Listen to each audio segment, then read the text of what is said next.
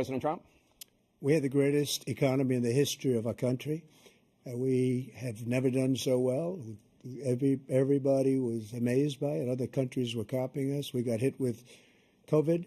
And when we did, we spent the money necessary so we wouldn't end up in a Great Depression, the likes of which we had in 1929.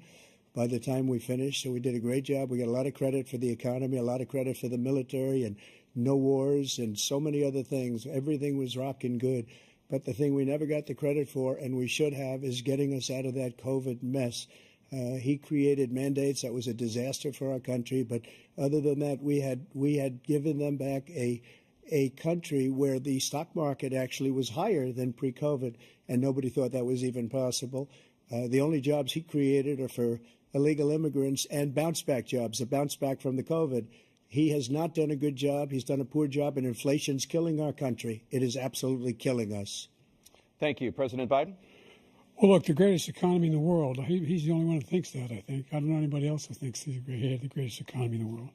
And, you know, the fact of the matter is that we found ourselves in a situation where his economy, he rewarded the wealthy. He had the largest tax cut in American history, $2 trillion.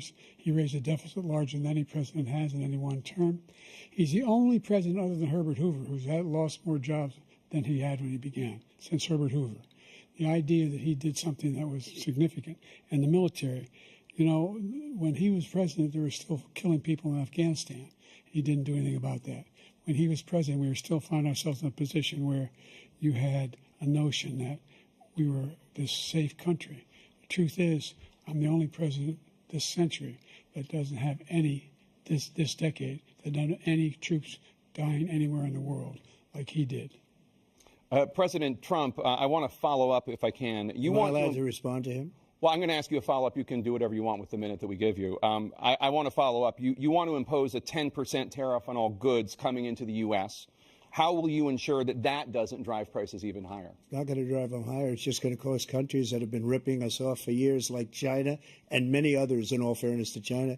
It's going to just force them to pay us a lot of money, reduce our deficit tremendously, and give us a lot of power for other things. But he made a statement. The only thing he was right about is I gave you the largest tax cut in history. I also gave you the largest regulation cut in history. That's why we had all the jobs. And the jobs went down, and then they bounced back, and he's taking credit for bounce-back jobs. You can't do that. He also said he inherited 9% inflation. Now, he inherited almost no inflation, and it stayed that way for 14 months. And then it blew up under his leadership because they spent money like a bunch of people that didn't know what they were doing. And they don't know what they were doing. It was the worst, probably the worst administration in history. There's never been. And as far as Afghanistan is concerned, I was getting out of Afghanistan, but we were getting out with dignity, with strength, with power. He got out. It was the most embarrassing day in the history of our country's life. President Trump, over the last 8 years, under both of your administrations, the national debt soared to record highs. And according to a new nonpartisan analysis, President Trump, your administration approved $8.4 trillion in new debt, while so far, President Biden, you've approved $4.3 trillion in new debt. So, former President Trump, many of the tax cuts that you signed into law are set to expire next year. You want to extend them and go even further, you say. With the U.S. facing trillion-dollar deficits and record debt, why should top earners and corporations pay even less in taxes than they do now? Because the tax cuts spurred the greatest economy that we've ever seen just prior to COVID. And even after COVID, it was so strong that we were able to get through COVID much better than just about any other country. But we spurred, that tax spurred. Now, when we cut the taxes, as an example, the corporate tax was cut down to 21% from 39%, plus beyond that. We took in more revenue with much less tax, and companies were bringing back trillions of dollars back into our country. The country was going like never before, and we were ready to start paying down debt. We were ready to start using the liquid gold right under our feet, the oil and gas right under our feet. We were going to have something that nobody else has had. We got hit with COVID. We did a lot to fix it. I gave him an unbelievable situation with all of the therapeutics and all of the things that we came up with. We gave him something great. Remember, more people died under his administration, even though we had largely fixed it. More people died under his administration than our administration, and we were right in the middle of it, something which a lot of people don't like to talk about. But he had far more people dying in his administration. He did the mandate, which is a disaster, mandating it. The vaccine went out. He did a mandate on the vaccine, which is the thing that people most objected to about the vaccine.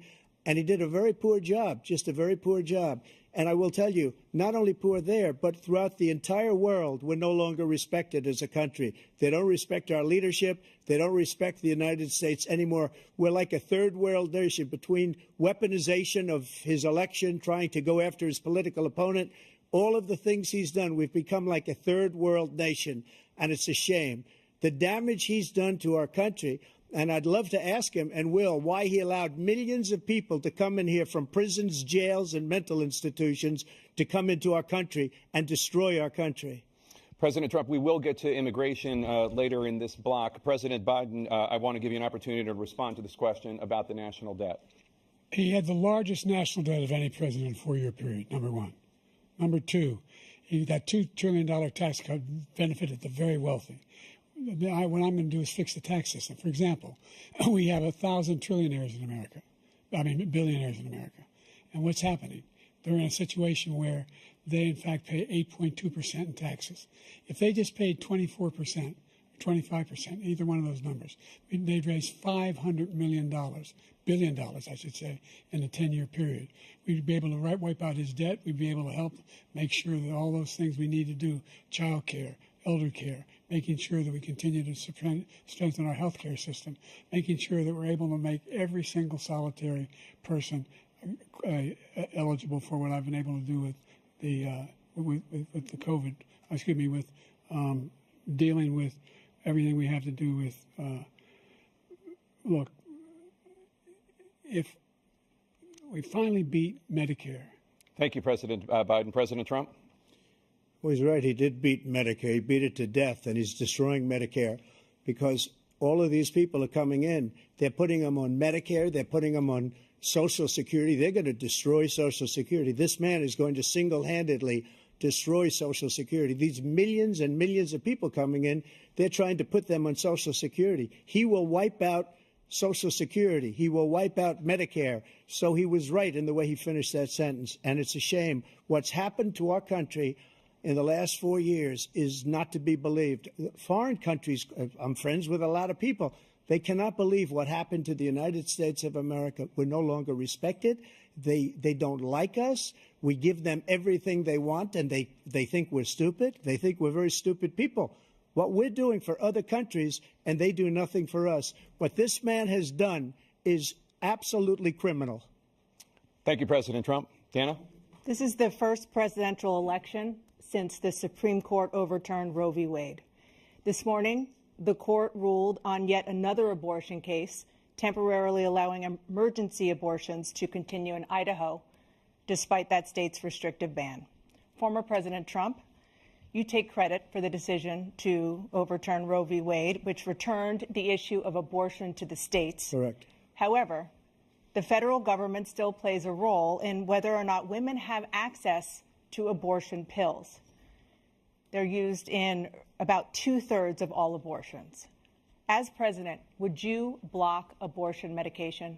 First of all, the Supreme Court just approved the abortion pill, and I agree with their decision to have done that, and I will not block it.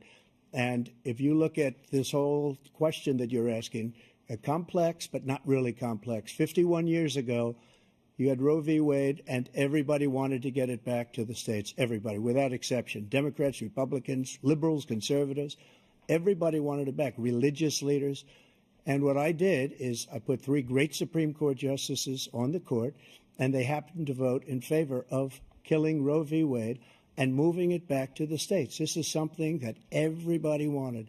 Now, 10 years ago or so, they started talking about how many weeks and how many this, getting into other things. But every legal scholar throughout the world, the most respected, wanted it brought back to the states. I did that. Now the states are working it out. If you look at Ohio, it was a decision that was an end result that was a little bit more liberal than you would have thought. Kansas, I would say the same thing. Texas is different. Florida is different. But they're all making their own decisions right now. And right now, the states control it. That's the vote of the people. Like Ronald Reagan, I believe in the exceptions. I am a person that believes. And frankly, I think it's important to believe in the exceptions. Some people, you have to follow your heart. Some people don't believe in that. But I believe in the exceptions for rape, incest, and the life of the mother. I think it's very important. Some people don't. Follow your heart. But you have to get elected also. And because that has to do with other things. You got to get elected. The problem they have is they're radical because they will take the life of a child in the 8th month, the 9th month, and even after birth. After birth, if you look at the former governor of Virginia, he was willing to do this. He said, we'll put the baby aside and we'll determine what we do with the baby, meaning we'll kill the baby. What happened is we brought it back to the states, and the country is now coming together on this issue. It's been a great thing. Thank you. President Biden? It's been a terrible thing, what you've done. The fact is that the vast majority of constitutional scholars supported Roe when it was decided, supported Roe. And that's this idea that they were all against it is just ridiculous. And this is the guy who says the state should be able to have it. We're in a state where in 6 weeks, you don't even know whether you're pregnant or not, but you cannot see a doctor and have him decide on what your circumstances are, whether you need help. The idea that states are able to do this is a little like saying we're going to turn civil rights back to the states, let each state have a different rule. Look, there's so many young women who have been, including a young woman who just was murdered, and he went to the funeral. The idea that she was murdered by an immigrant coming in, they talk about that. But here's the deal: there's a lot of young women who are being raped by their in-laws, by their spouses, brothers and sisters, it's just ridiculous, and they can do nothing about it. And they try to arrest them when they cross state lines. Thank you. There have been many young women murdered by the same people he allows to come across our border.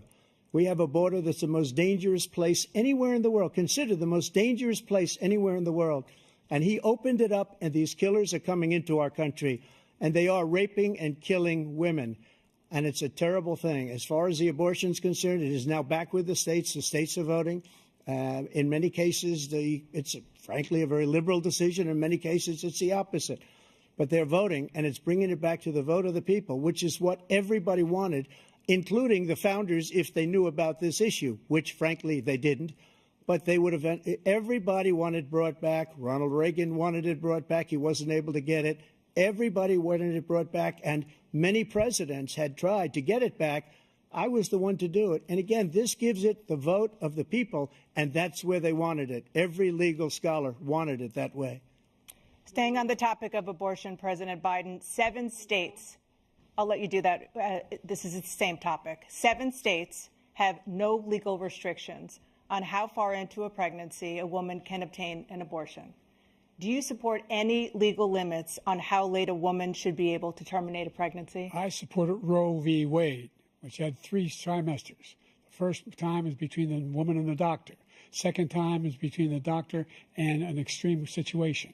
The third time is between the doctor, between the woman and the state. The idea that the politicians, that the founders wanted the politicians to be the ones making decisions about women's health is ridiculous. That's the last. No politician should be making that decision. A doctor should be making those decisions. That's how it should be run. That's what you're going to do. And if I'm elected, I'm going to restore Roe v. Wade. So that means he can take the life of the baby in the 9th month and even after birth, because some states, Democrat run, take it after birth. Again, the former governor of Virginia, put the baby down, then we decide what to do with it. So he's willing to, as we say, rip the baby out of the womb in the 9th month and kill the baby. Nobody wants that to happen, Democrat or Republican. Nobody wants it to happen. That is simply not true. The Roe v. Wade does not provide for that. That's not the circumstance. Only if a woman's life is in danger, she's going to die. That's the only circumstance in which that can happen. But we are not for late-term abortion, period. Period, period. Under Roe v. Wade, you have late-term abortion. You can do whatever you want, depending on the state. You can do whatever you want. We don't think that's a good thing. We think it's a radical thing. We think the Democrats are the radicals, not the Republicans. For 51 years, that was the law. 51 years, constitutional scholarship said it was the right way to go. 51 years, and it was taken away because this guy put very conservative members on the Supreme Court. He takes credit for taking it away. What's he going to do? What's he going to do? In fact, if the MAGA Republicans, he gets elected, and the MAGA Republicans control the Congress, and they pass a universal ban on abortion, period, across the board at 6 weeks or 7 or 8 or 10 weeks, something very, very conservative. Is he going to sign that bill? I'll veto it. He'll sign it. Thank you. Let's turn now to the issue of immigration and border security. President Biden, a record number of migrants have illegally crossed the southern border on your watch. Overwhelming border states and overburdening cities such as New York and Chicago, and in some cases causing real safety and security concerns. Given that, why should voters trust you to solve this crisis? Because we worked very hard to get a bipartisan agreement that not only changed all of that, it made sure that we are in a situation where you had no circumstance where they could come across the border with the number of border police there are now. We significantly increased the number of asylum officers. By the way, the Border Patrol endorsed my position. In addition to that, we found ourselves in a situation where when he was president, he was separating babies from their mothers, putting them in cages, making sure the families were separated. That's not the right way to go. What I've done since I've changed the law, what's happened? I've changed it in a way that now you're in a situation where there are 40% fewer people coming across the border illegally. That's better than when he left office. And I'm going to continue to move until we get the total ban on the total initiative relative to what we're going to do with more Border Patrol and more asylum officers. President Trump? I really don't know what he said at the end of that sentence. I don't think he knows what he said either. Look, we had the safest border in the history of our country. The border, all he had to do was leave it. All he had to do was leave it. He decided to open up our border, open up our country to people that are from prisons, people that are from mental institutions, insane asylum, terrorists. We have the largest number of terrorists coming into our country right now, all terrorists, all over the world, not just in South America, all over the world. They come from the Middle East, everywhere. All over the world, they're pouring in. And this guy just left it open. And he didn't need legislation because I didn't have legislation. I said, close the border. We had the safest border in history. In that final couple of months of my presidency, we had, according to Border Patrol, who is great, and by the way, who endorsed me for president, but I won't say that, but they endorsed me for president. Brandon, just speak to him. But look, we had the safest border in history. Now we have the worst border in history. There's never been anything like it. And people are dying all over the place, including the people that are coming up in caravans. Thank you, President Trump. President Biden? The only terrorist who's done anything crossing the border is one who came along and killed three, under his administration, killed an Al-Qaeda person come in his administration, killed 3 American soldiers. That's the only terrorist that's there. I'm not saying that no terrorist ever got through, but the idea they're emptying their prisons, we're welcoming these people, that's simply not true. There's no data to support what he said. Once again, he's exaggerating, he's lying. President Trump, staying on the topic of immigration, you've said that you're going to carry out, quote, the largest domestic deportation operation in American history, unquote. Does that mean that you will deport every undocumented immigrant in America, including those who have jobs, including those whose spouses are citizens, and including those who have lived here for decades? And if so, how will you do it? Just 1 second. He said we killed 3 people. The people we killed are al-Baghdadi and Soleimani, the 2 greatest terrorists, biggest terrorists anywhere in the world. And it had a huge impact on everything, not just border, on everything. He's the one that killed people with the bad water, including hundreds of thousands of people dying and also killing our citizens when they come in. We are living right now in a rat's nest. They're killing our people in New York, in California, in every state in the union because we don't have borders anymore. Every state is now a border. And because of his ridiculous, insane, and very stupid policies, people are coming in and they're killing our citizens at a level that we've never seen. We call it migrant crime. I call it Biden migrant crime. They're killing our citizens at a level that we've never seen before. And you're reading it like these 3 incredible young girls over the last few days. One of them, I just spoke to the mother, and they just had the funeral for this girl, 12 years old. This is horrible what's taken place. What's taken place in our country, we're literally an uncivilized country now.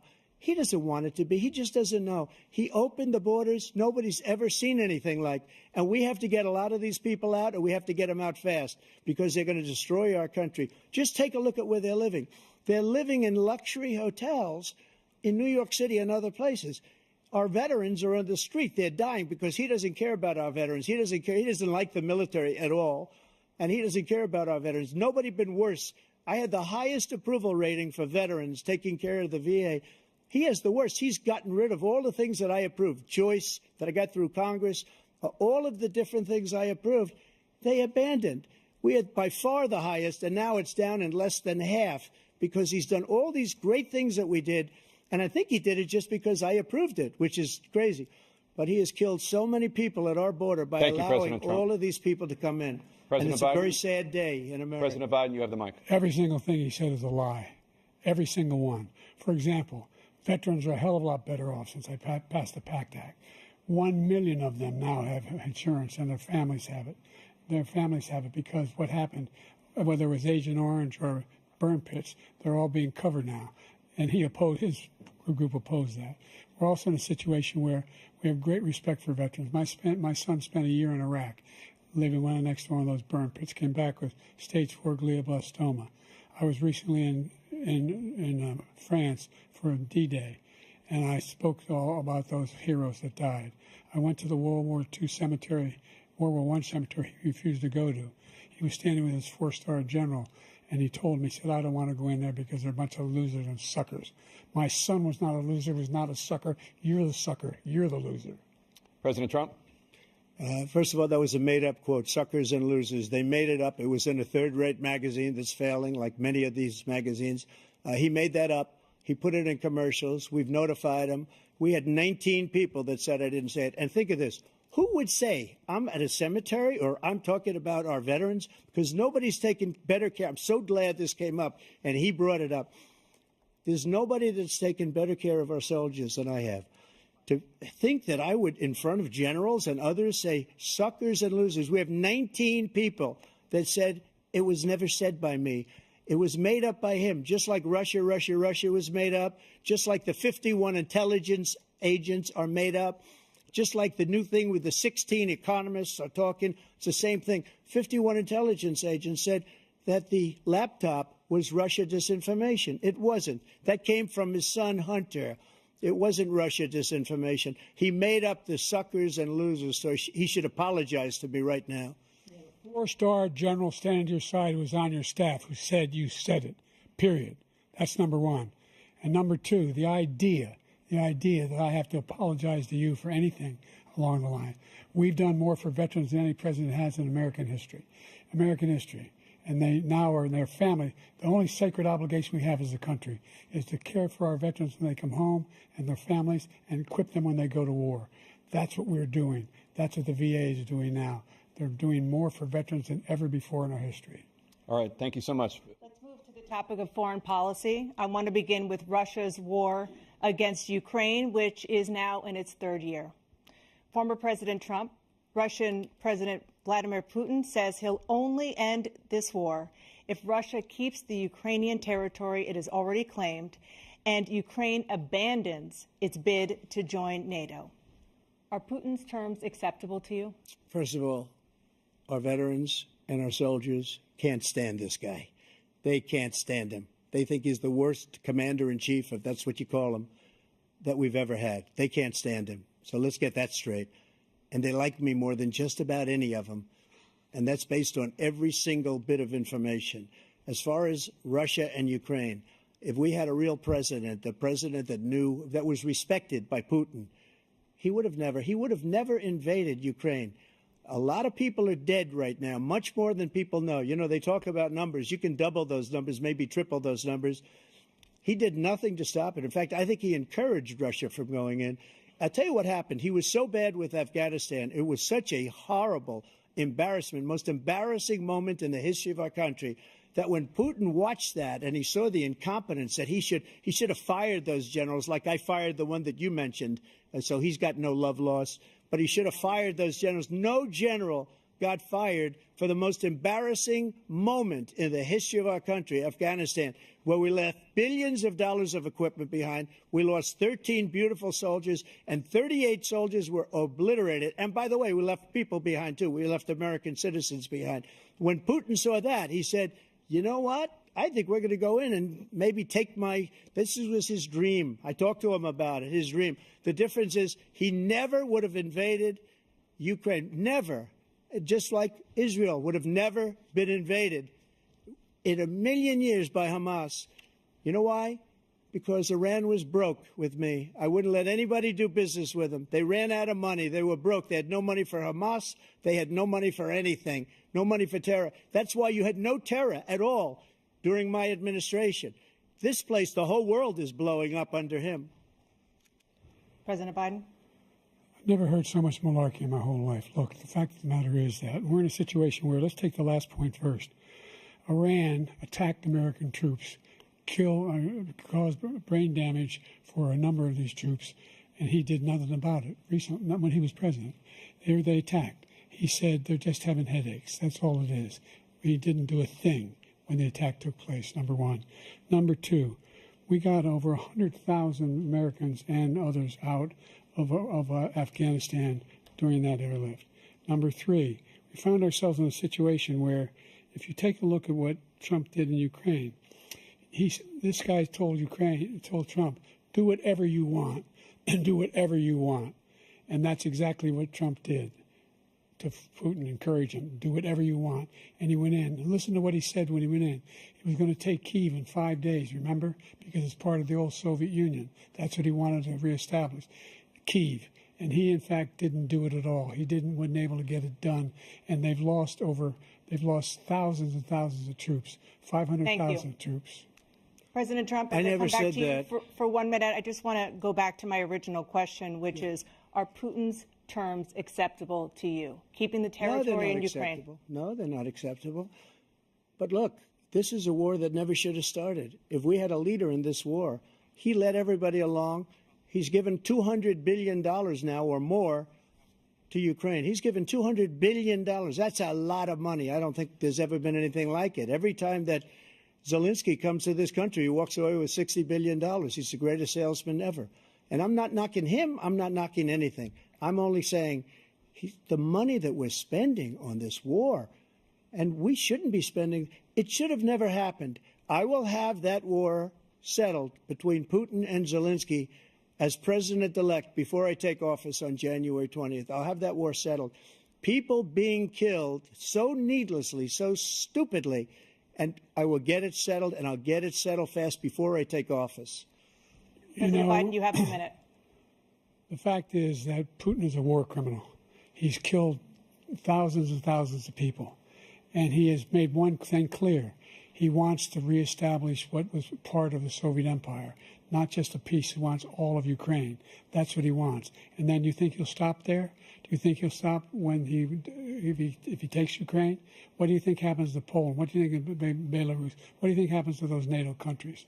And so if you want a war, you ought to find out what he's going to do, because if in fact he does what he says and walks away, and by the way, all that money we give Ukraine are from weapons we make here in the United States. We give them the weapons, not the money at this point.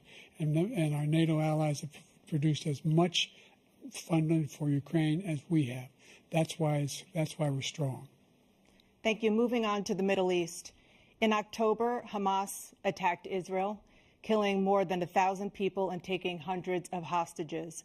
Among those held and thought to still be alive are 5 Americans. Israel's response has killed thousands of Palestinians and created a humanitarian crisis in Gaza.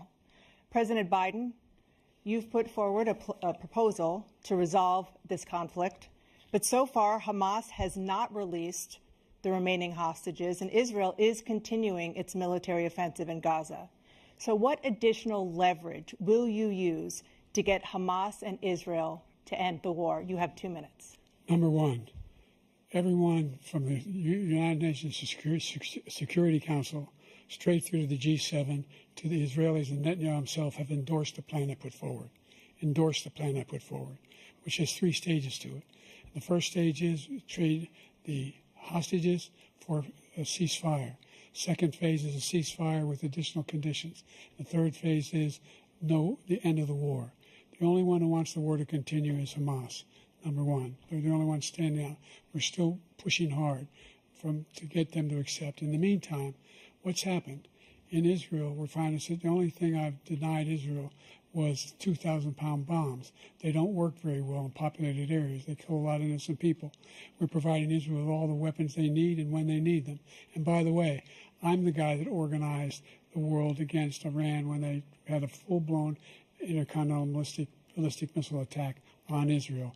No one was hurt. No one Israeli was accidentally killed, and it just stopped.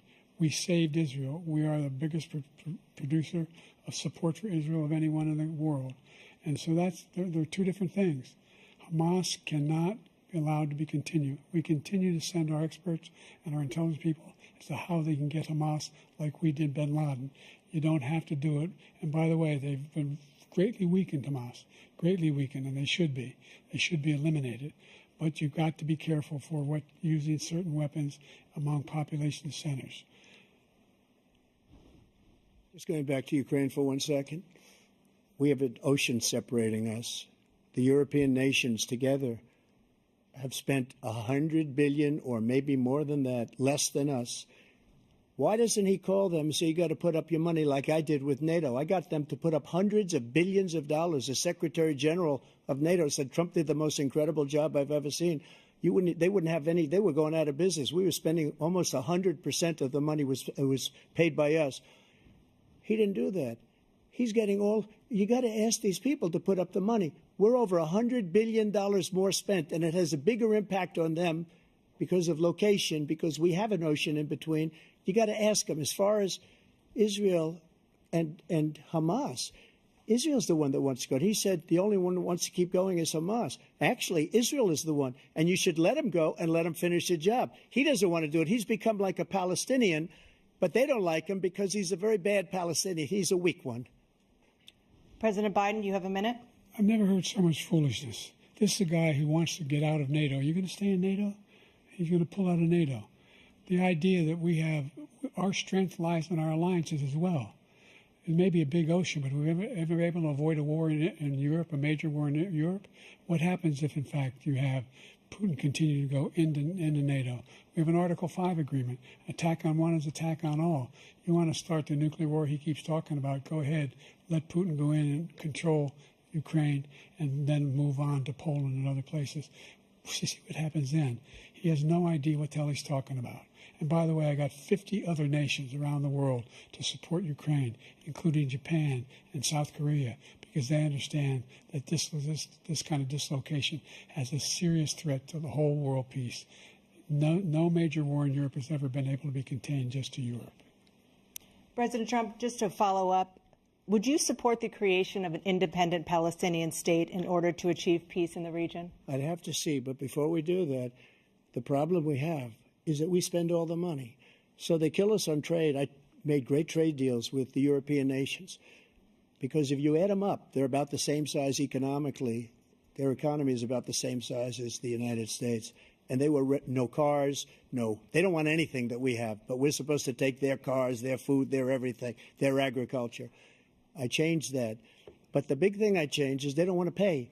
And the only reason that he can play games with NATO is because I got them to put up hundreds of billions of dollars. I said, and he's right about this, I said, no, I'm not going to support NATO if you don't pay.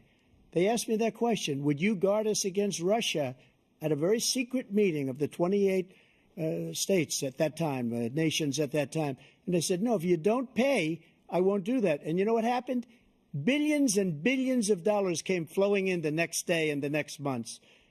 But now we're in the same position. We're paying everybody's bills. Let's turn to the issue of democracy. Former President Trump, I want to ask you about January 6, 2021. After you rallied your supporters that day, some of them stormed the Capitol to stop the constitutionally mandated counting of electoral votes.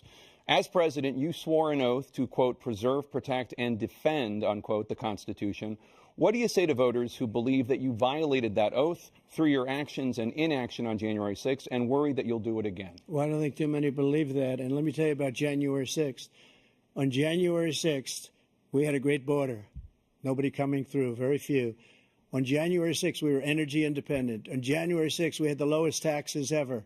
We had the lowest regulations ever. On January 6th, we were respected all over the world. All over the world, we were respected. and then he comes in, and we're now laughed at. We're like a bunch of stupid people.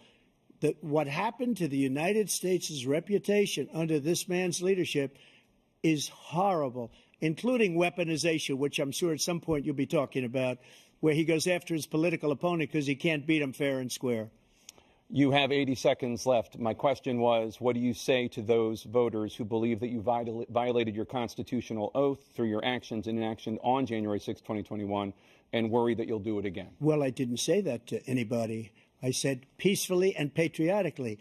And Nancy Pelosi, if you just watched the news from 2 days ago, on tape to her daughter, who's a documentary filmmaker, they say, but she's saying, oh, no, it's my responsibility. I was responsible for this because I offered her 10,000 soldiers or National Guard, and she turned them down. And the mayor in writing, by the way, the mayor in writing turned it down, the mayor of D.C. They turned it down. I offered 10,000 because I could see, I had virtually nothing to do. They asked me to go make a speech. I could see what was happening. Everybody was saying they're going to be there on January 6th. They're going to be there.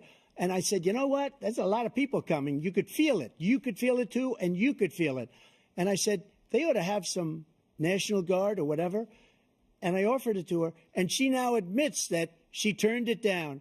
And it was the same day she was, I don't know, she can't be very happy with her daughter because it made her into a liar. She said, I take full responsibility for January 6th. President Biden? Look, he encouraged those folks to go up on Capitol Hill, number one.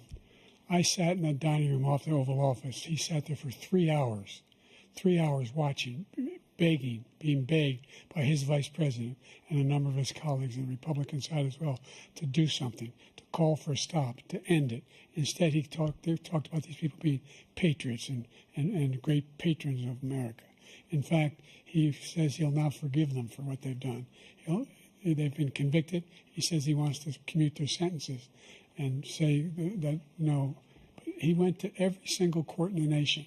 I don't know how many cases, scores of cases, including the Supreme Court, and they said, no, this guy is responsible for doing what was done. He did do a damn thing, and these people should be in jail, and they should be the ones who are being held accountable.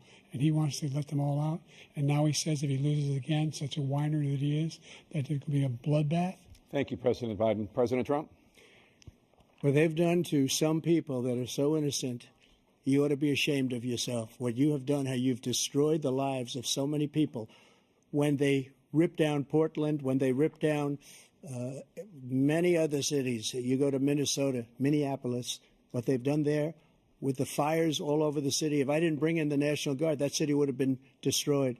When you look at all of they took over big chunks of Seattle. I was all set to bring in the National Guard. They heard that. They saw them coming, and they left immediately. What he said about this whole subject is so off. Peacefully patriotic. One other thing. The Unselect Committee, which is basically two horrible Republicans that are all gone now, out of office, and Democrats, all Democrats, they destroyed and deleted all of the information they found because they found out we were right. We were right. And they deleted and destroyed all of the information. They should go to jail for that. If a Republican did that, they'd go to jail. Thank you, President Trump. President Biden, I want to give you a minute. The only person on this stage is a convicted felon is the man I'm looking at right now. And the fact of the matter is, what he's telling you is simply not true. The fact is that there was no effort on his part to stop what was going on up in Capitol Hill. And all those people, every one of those who was convicted, deserves to be convicted. The idea that they didn't kill somebody, just went in and broke down doors, broke the windows, occupied offices, turned over desks, turned them over statues. The idea that those people are patriots? Come on. When I asked him the first two debates we had, first time around, I said, will you denounce the Proud Boys? He said, no, I'll tell them to stand by. The idea he's refusing, will you denounce these guys? Will you denounce the people we're talking about now? Will you denounce the people who attacked that Capitol? What are you going to do? I'm going to give you a minute, President Trump, for a follow-up question I have. After a jury convicted you of 34 felonies last month, you said if reelected, you would, quote, have every right to go after, unquote, your political opponents. You just talked about members of the Select Committee on January 6th going to jail. Your main political opponent is standing on stage with you tonight. Can you clarify exactly what it means about you feeling you have every right to go after your political opponents? Well, I said my retribution is going to be success. We're going to make this country successful again, because right now it's a failing nation. My retribution is going to be success. But when he talks about a convicted felon, his son is a convicted felon at a very high level. His son is convicted, going to be convicted probably numerous other times. Should have been convicted before, but his Justice Department let the statute of limitations lapse on the most important things. But he could be a convicted felon as soon as he gets out of office. Joe could be a convicted felon with all of the things that he's done. He's done horrible things. All of the death caused at the border, telling the Ukrainian people that we're going to want $1 billion or you change the prosecutor. Otherwise, you're not getting $1 billion. If I ever said that, that's quid pro quo. That we're not going to do anything. We're not going to give you $1 billion unless you change your prosecutor, having to do with the son. This man is a criminal.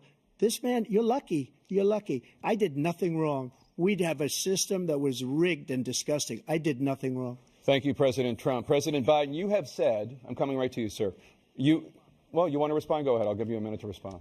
The idea that I did anything wrong relative to what you're talking about is outrageous. It's simply a lie, number one. Number two, the idea that you have a right to seek retribution against any American just because you're president is wrong. It's simply wrong. No president's ever spoken like that before. No president in our history has spoken like that before. Number three, the crimes that you are still charged with, and think of all the civil penalties you have. How many billions of dollars do you owe in civil penalties for molesting a woman in public, for doing a whole range of things, of having sex with a porn star on the night while your wife was pregnant? I mean, what are you talking about? You have the morals of an alley cat. Give you a minute, sir. I didn't have sex with a porn star, number one. Number two, that was a case that was started and moved. They moved a high-ranking official, a DOJ, into the Manhattan DA's office to start that case. That case is going to be appealed and won. We had a very terrible judge, a horrible judge, Democrat. The prosecutor were all high-ranking Democrats, appointed people, and both the civil and the criminal. He basically went after his political opponent because he thought it was going to damage me. But when the public found out about these cases, because they understand it better than he does, he has no idea what these cases are. But when they found out about these cases, you know what they did? My poll numbers went up, way up. You know that because you're reporting it. And we took in more money in the last 2 weeks than we've ever taken in the history of any campaign. I don't think any campaign has ever taken. Hundreds of millions of dollars came pouring in because the public knows it's a scam, and it's a guy that's after his political opponent because he can't win fair and square. Thank you, President Trump. President Biden, you have said, quote, Donald Trump and his MAGA Republicans are determined to destroy American democracy. Do you believe that the tens of millions of Americans who are likely to vote for President Trump will be voting against American democracy? The more they know about what he's done, yes. The more they know about what he's done. And there's a lot more coming. He's got a lot of cases down the road coming around. He's got a whole range of issues he has to face. I don't know what the juries will do, but I do know he has a real problem. And so the fact that, could you ever think you hear any president say that I'm going to seek retribution? Do you ever hear any president say that I thought Hitler had some good ideas? What got me involved to run in the first place after my son had died, I decided in Iraq, because of Iraq, I said I wasn't going to run again until I saw what happened in Charlottesville, Virginia. People coming out of the woods carrying swastikas on torches, and singing the same anti-Semitic bile they sang when back in Germany.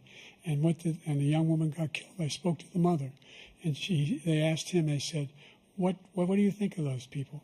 The ones who got killed, the one who tried to stop it, and the ones," he said, "I think they're fine people on both sides."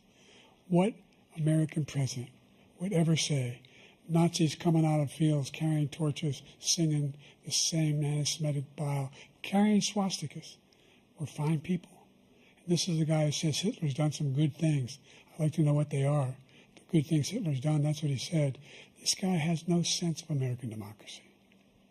President Trump.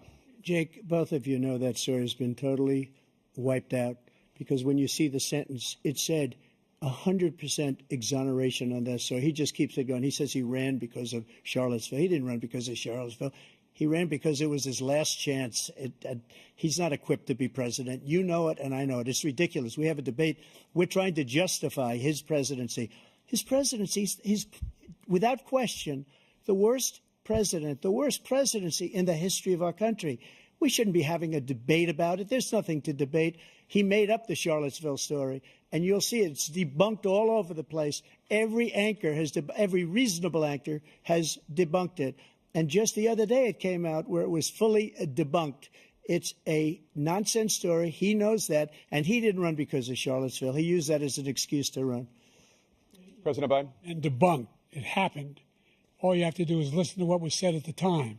And the idea that somehow that's the only reason I ran because I was worried a guy like this guy could get elected. If he thought they were good people coming out of that forest, carrying those woods, carrying those torches, then he didn't deserve to be president. Didn't deserve to be president at all. And the idea that he's talking about all this being fabricated, we saw with our own eyes. We saw what happened on January 6th. We saw the people breaking through the windows. We saw people occupying his own vice president. Look, there's a reason why 40 of his 44 top cabinet officers refused to endorse him this time. His vice president hasn't endorsed him this time. So why? Why? They know him well. They serve with him. Why are they not endorsing him?